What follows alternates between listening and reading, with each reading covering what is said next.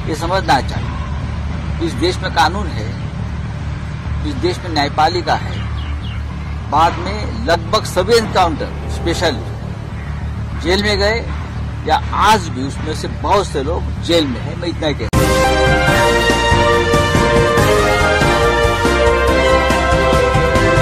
आदाब, नमस्कार, अस्सलाम वालेकुम नाज़रीन। पल पल न्यूज के न्यूज रूम से मैं हूं आपके साथ नदीम अख्तर। अतीक अहमद के बेटे असद अहमद का एनकाउंटर कर दिया गया है और उस एनकाउंटर पर भारतीय जनता पार्टी और गोदी मीडिया जो है वो जश्न मनाता हुआ दिखाई दे रहा है कि जैसे बहुत बड़ी उपलब्धि जो है वो योगी सरकार ने अचीव कर ली हो। यहाँ किसी की मौत पर किस तरीके से नंगा नाच किया जा रहा है, इस तस्वीरों को देश लगातार देख रहा है और इस एनकाउंटर पर गोदी मीडिया के तमाम बड़े बड़े पत्रकार जो हैं वो डिफेंड करने के लिए योगी सरकार को प्रवक्ता बनकर के आगे आ चुके हैं। और जिस किसी ने भी इन तस्वीरों को देखा वो सवाल खड़े कर रहा है कि आखिरकार जब ऑन द स्पॉट ही अपराधी को सजा देनी है तो क्यों अदालतें खोली गई हैं, क्यों संविधान की शपथ दिलाई जाती है, क्यों अदालतों में जजों को बैठाया जाता है। इन तमाम चीजों को बंद कर देना चाहिए। मैं ये बातें इसलिए कह रहा हूं क्योंकि अब आपके सामने जो लोग जश्न मना रहे हैं उनकी आंख खोल देने वाली रिपोर्ट सामने रखने जा रहा हूं। आप स्क्रीन पर ये तस्वीर देख रहे हैं। ये तस्वीर 2019 हैदराबाद एनकाउंटर की है, जहां बलात्कारियों के आरोप में लोगों को पकड़ा गया और उसके बाद पुलिस प्रशासन द्वारा उनका एनकाउंटर कर दिया गया और उनके एनकाउंटर करने के बाद लोगों ने उन पुलिस वालों के ऊपर पुष्प वर्षा की थी और जिसकी तस्वीरों को देश ने देखा।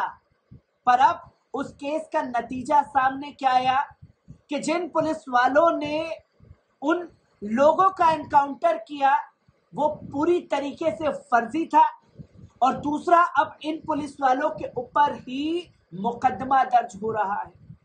उन्हें दोषी करार दिया है किसी की हत्या करने के आरोप में, जो कि ये तस्वीर जगजाहिर है कि कैसे फर्जी एनकाउंटर जो है वो देश में किए जा रहे हैं।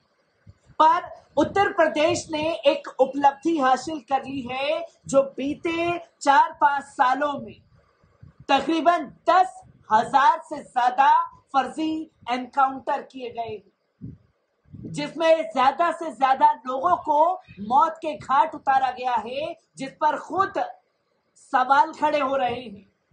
और सवाल कोई और नहीं बल्कि संजय रावत ने भी खड़े किए हैं। संजय रावत ने इस एनकाउंटर को लेकर के क्या बोला है, पहले उनके बयान पर नजर डालिए। बात ऐसी है, सबसे ज्यादा एनकाउंटर मुंबई में हुए। आपको पता होगा मुंबई के एनकाउंटर कुछ साल पहले जो चल रहा था, एनकाउंटर स्पेशलिस्ट एक उपाधि हमारे यहाँ देते थे। लगभग सभी एनकाउंटर स्पेशलिस्ट जेल में गए या आज भी जेल में हैं। ये समझना चाहिए। इस देश में कानून है, इस देश में न्यायपालिका है, इस देश में लोग सब कुछ देखते हैं। आतंकवादी हो तो उनका एनकाउंटर होना चाहिए। अगर बहुत बड़ा माफिया है जिसको समाज को खतरा है तो इस प्रकार से एनकाउंटर होते रहते हैं। अगर लोगों ने कुछ सवाल खड़े किए हैं तो मुझे लगता है मुंबई में कुछ लोग ऐसे एनकाउंटर के खिलाफ कुछ सबूत लेकर न्यायालय में गए थे और न्यायालय ने हस्तक्षेप किया है, उसमें इंक्वायरी कमीशन बिठाया था।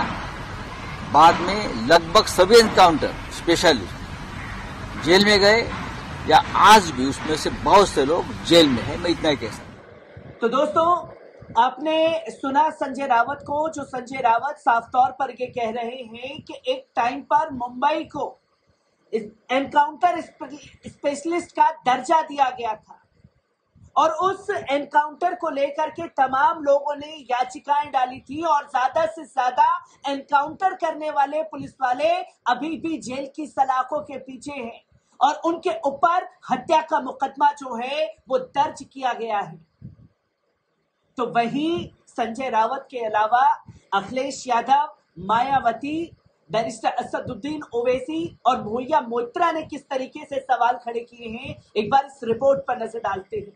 दोस्तों, आपको बता दें कि सपा अध्यक्ष अखिलेश यादव ने एनकाउंटर मामले में ट्वीट करते हुए भाजपा पर जमकर हमला बोला है। उन्होंने ट्वीट किया और इसे झूठा एनकाउंटर करार दिया। उन्होंने कहा कि एनकाउंटर करके भाजपा सरकार सच्चे मुद्दों से ध्यान भटकाना चाह रही है, जहां भाजपाई न्यायालय में विश्वास ही नहीं करते और आज के और हाल में विभिन्न स्थानों पर हुए एनकाउंटर की भी गहन जांच पड़ताल हो और दोषियों को छोड़ा ना जाए। सही गलत के फैसलों का अधिकार सत्ता का नहीं होता है। भाजपा भाईचारे के पूरी तरीके से खिलाफ है। सपा अध्यक्ष अखिलेश यादव ने कहा कि भाजपा सरकार संविधान में दिए गए जनता के अधिकारों को छीन रही है, जहां संविधान के तमाम प्रावधानों को वो खत्म कर रही है। भाजपा निजीकरण को बढ़ावा दे रही है, सरकारी संस्थाओं को निजी हाथों में बेच रही है। जब जब सब कुछ आपने निजी हाथों में बेच देना है तो बाबा साहब डॉक्टर भीमराव अंबेडकर द्वारा संविधान में दिए गए हक, सम्मान और आरक्षण कैसे मिलेगा? मंडल कमीशन के अनुसार नौकरियां कैसे मिलेंगी? जब तक भाजपा सरकार सत्ता में है वो संविधान सुरक्षित नहीं रख सकती है। इसी पर असद और गुलाम के पुलिस मुठभेड़ में मारे जाने पर बसपा प्रमुख मायावती ने सवाल उठाए। उन्होंने मामले की उच्च स्तरीय जांच की मांग की है। मायावती ने ट्वीट कर कहा है कि प्रयागराज के अतीक अहमद के बेटे व अन्य की पुलिस मुठभेड़ में हुई हत्या पर कई तरह की चर्चाएं हो रही हैं। लोगों को लगता है कि विकास दुबे कांड को दोहराए जाने की आशंका सच साबित हुई है, जहां घटना की सच्चाई जनता के सामने आ सके, इसके लिए इस केस की उच्च स्तरीय जांच जरूरी है।